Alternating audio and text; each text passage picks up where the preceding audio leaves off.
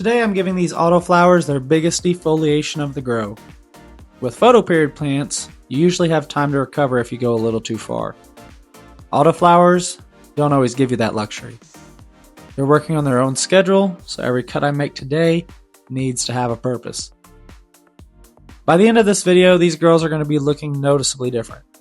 I'm going to show you how I've trained them through the trellis net, explain the difference between low stress and high stress training, clean up each plant individually, and talk about why I chose not to lollipop them as aggressively as I normally would.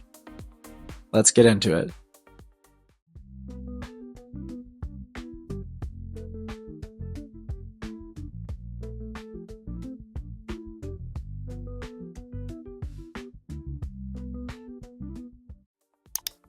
Welcome back to the Cannabis Classroom. Before we jump in, I want to thank everyone who has subscribed, liked a video, left a comment, or shared the channel. We're still just getting started, so every bit of support genuinely means a lot to me. Today is day 47 from seed. The stretch is starting to slow down, the flowers are starting to develop, and we're reaching the point where the decisions I make now could influence how these plants finish. If you watched the last episode, you'll probably notice these girls look completely different. The biggest reason is the trellis net. I like this particular net because it's flexible, easy to move branches through, and reusable. But the net isn't here just to hold the plants up. It's one of the main tools I'm using to shape the entire canopy. Without training, the tallest branches naturally keep reaching towards the light, while the shorter branches get left underneath them. That creates one or two dominant top colas receiving the strongest light, while much of the rest of the plant remains shaded. The trellis gives me a way to keep those taller branches outward and hold them in place, instead of letting everything grow straight up into one crowded area. I can give each branch its own section of the tent. That gives the canopy more horizontal coverage, reduces branches stacking on top of one another, and opens up more pathways for both light and airflow. It also gives the plant support later in flower, as these colas gain weight. The net can help keep branches from falling over or leaning into one another. My main goal with all this training is to create the flattest, most even canopy I can. Cannabis naturally displays apical dominance, and in simple terms, the tallest growing tip tends to receive stronger hormonal priority and becomes that plant's leader. When one branch rises well above everything else, the plant is naturally encouraged to keep prioritizing that top. It also sits closer to the light, so it receives more intensity than the branches below it. By bending that tallest branch down closer to the height of the others, I'm reducing some of that dominance and giving more of the side branches an opportunity to compete as major tops. I sometimes describe that as giving the colas more equal priority, but it isn't that the plant divides nutrients perfectly evenly between every branch. It's really a combination of changing the plant's growth signals and giving more tops similar access to light. When several colas are sitting roughly the same height, the light reaches them more evenly. I'm no longer trying to satisfy one tall branch without overwhelming everything below it. That lets me set the light based on the whole canopy instead of just the tallest plant. Ideally, each major cola gets a similar opportunity to develop, rather than ending up with one oversized top and several weaker colas underneath it. You'll notice that several of those branches have been bent to a nearly 90-degree angle, and that may look aggressive, but the bends were gradual rather than forcing the stems all at once. The goal is to redirect the branches and expose more bud sites and open the center of the canopy without seriously damaging the plant. And this is a good place to explain the difference between low stress training and high stress training. So low stress training, or LST, means gently bending, tying down, or repositioning branches without intentionally breaking or cutting the main structure of the plant. The trellis training you're seeing is a form of LST. I'm guiding the branches into better positions while trying to keep recovery time as low as possible. High stress training, or HST, includes techniques that intentionally damage the plant and require it to repair itself. That can include things like topping, super cropping, or even just more aggressive pruning. And those methods can work extremely well on photoperiod plants because you can control when flower begins. If that plant needs another week to recover, you can simply leave it in that vegetative growth longer. Autoflowers are a little bit different though. They begin flowering according to age regardless of whether they're fully recovered from a stressful training session. Because of that, I personally prefer to use mostly low-stress training when working with autos. I'd rather guide the plant gradually than take the chance of slowing it down during a stage of life that I can't extend. That doesn't mean autoflowers can never handle stress, it just means I try to be more selective about when the potential benefit is worth the recovery cost. Now that the main branches are spreading through the trellis, I can clearly see where the canopy is still too crowded. Today will be one of the most extensive defoliations I've done during this grow. And defoliation is one of those subjects growers will debate forever.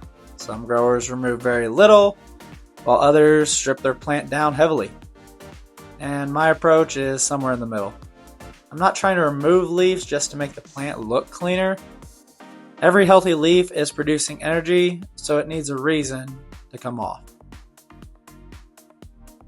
The leaves I'm mainly targeting are large fan leaves covering multiple flower sites, leaves growing inward and crowding the center, damaged or declining leaves, and areas where overlapping growth is going to be trapping that humidity and restricting airflow. I'm also looking at the plant as a whole. Removing one strategically placed leaf can sometimes expose several developing bud sites. And that makes more sense to me than stripping away a large number of leaves without really considering what each removal accomplishes. Because these are autoflowers, I'm still going to work carefully, even though this is the biggest defoliation of the grow. I'm not trying to take everything in just one reckless pass. I want to open up the canopy without removing so much foliage that the plants spend the next several days trying to recover. I'm going to start with the strawberry banana first. As you can see, she's stayed a little shorter and more compact than the Humboldt dreams, but she's incredibly dense. Because the node spacing is so tight, several of her fan leaves are overlapping and blocking those interior flowering sites. On this plant, I'm mainly removing the largest leaves that are laying directly over developing tops. I'm also cleaning out some inward facing growth where the center has become overcrowded. I still want to help keep plenty of that healthy foliage, so if a leaf has open space around it and isn't shading anything important, I'm leaving it alone. With the strawberry banana, my goal is to open several clear windows to the canopy without taking away the compact structure that could eventually help her build some thick colas. And moving on to our Humboldt Dream number 1. She has been one of the most vigorous plants in the tent. She has stretched far more than the strawberry banana and has several strong branches trying to take control. As you can see, I've used this trellis net to pull those taller branches outward and bring them closer to the height of the surrounding tops. During defoliation, I'm focusing on the large fan leaf sitting over the center of the plant and any leaves pressed tightly against neighboring branches. This plant has plenty of healthy foliage, so opening her up slightly should improve airflow without leaving her bare. And then our Humboldt Dream number 2. She's developed a broad, fairly balanced structure. She already has several tops sitting close to the same height, so the trellis work on this plant has mostly been about spacing them apart rather than making major bends. Because she's naturally filling her section of the canopy so well, I'm being selective. I'm removing the leaves that are clearly blocking flower sites, but I don't want to interfere with the structure that's already working. Sometimes the best training decision is knowing when not to train. And then our third Humboldt Dream. She's the one that started as the runt in the tent, but she's continued to catch up. She lost one of her lower branches earlier in the growth, but overall she's recovered well and is still building a healthy canopy. I am going to go a little easier on her because she's already dealt with this setback, but I'll still remove obvious blockers and clean up the interior, but I'm not going to force her to match the other plants leaf for leaf. Each plant is different, even when they're from the same strain. The goal isn't to make all 3 Humboldt dreams look identical, it's to respond what each individual plant is needing. Now let's talk about what I've removed underneath the canopy. Lollipopping means removing the lowest growth that is unlikely to receive enough light to produce worthwhile flowers. Those heavily shaded lower sites often develop into small, airy buds that a lot of people call popcorn or larf. By removing the weakest growth, the idea is to avoid asking the plant to support flowers that probably won't mature into something worth keeping. Normally, I might lollipop up to the 2nd or 3rd node depending on the structure of the plant and how dense its canopy is. But this time I've deliberately stayed much more conservative and mostly only removed the lowest node of the growth that clearly had no chance of receiving useful light. And the reason is because of the supplemental ion bars I'm using around the sides of the tent. In a setup lit only from above, the lower branches are a major disadvantage. The upper canopy absorbs and blocks much of the light before it even reaches those sites. With these sidebars, I'm adding light from additional angles and bringing it closer to the lower portions of the plants. My hope is that some of these lower colas will develop more like meaningful secondary tops rather than airy leftovers.